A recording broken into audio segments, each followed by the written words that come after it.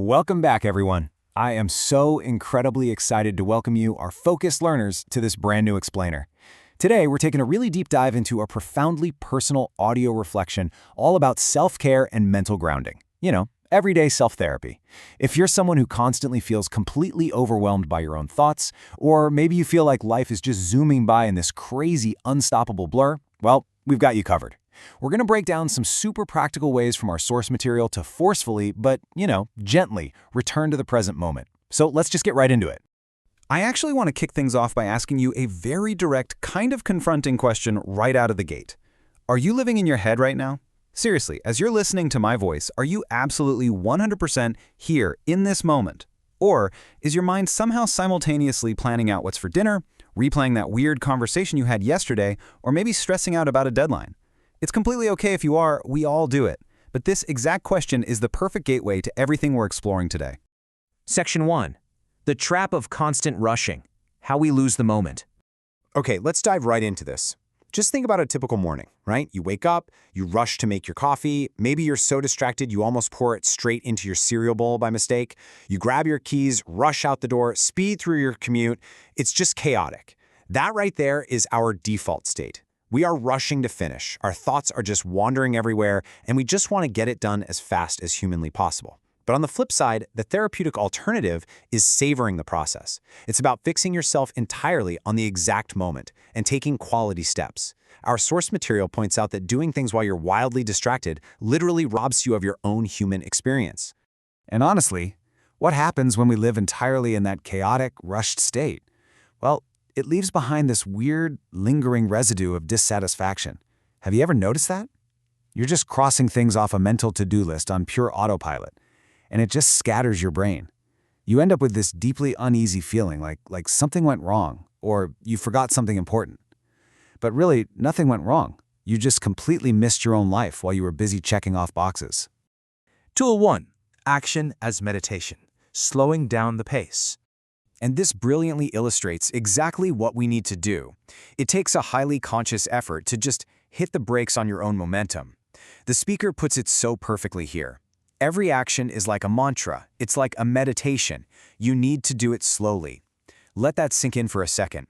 Instead of treating your daily chores as these annoying hurdles you have to jump over as fast as you can, what if you treated them as grounding anchors? The physical movement itself actually becomes your meditation. When you actually commit to this mindset, the benefits are absolutely profound.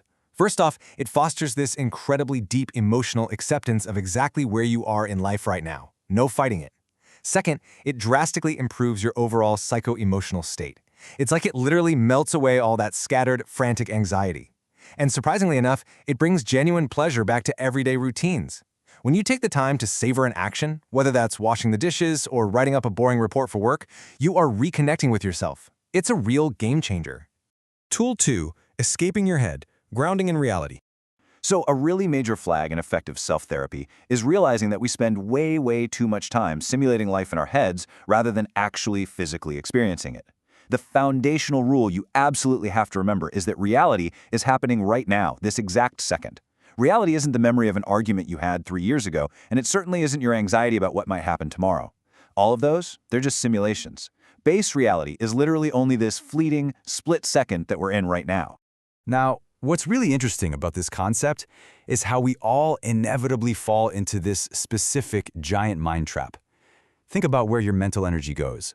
We spend so much of our time completely fixated on 1 minute in the past, remembering, analyzing, regretting, or we're jumping 1 minute into the future, pre-living, planning, stressing out. And because all of our attention is so tightly locked on to looking backward or forward, the actual living present moment, it just slips right past us. It goes entirely unexperienced. Our source actually refers to this tragic phenomenon as the missing present. It's defined as that intermediate stage of true reality that just vanishes when your physical body is here, but your mind is off somewhere else entirely. It really is the ultimate tragedy of disconnection, if you think about it. I mean, your physical body is literally sitting right there in the chair, but you, the real you are completely absent from the room. Section. Returning to the present moment. Practical steps for grounding. So, the big question, how do we actually break this cycle of the missing present? Well, it is absolutely not about aggressively fighting your thoughts. That never works. Instead, it's about gently, kindly redirecting your physical senses. The speaker gives us this highly effective, super practical sensory checklist. First, start by noticing the weather outside. Is it sunny? Cold? What's the light doing? Second, physically feel the expansion of your own breathing. Just feel your lungs fill up. Third, observe the air and the nature around you. And finally, step 4, actually look at and see the people and the physical setting in your immediate environment. These are not just nice, poetic ideas, guys. These are literal physical tethers to reality. You see, self-therapy isn't always about sitting on a couch doing complex psychoanalysis. Very often, it is just the quiet, radical act of deciding to come back to the present. So I want to leave you with this final challenge. Look around. What do you notice right now? Seriously, take a deep breath. Stop rushing to the end of this explainer, and definitely stop pre-living the rest of your day. I highly encourage you to test these grounding tools out in your own life today. See how it feels. Until next time, keep learning and stay totally present.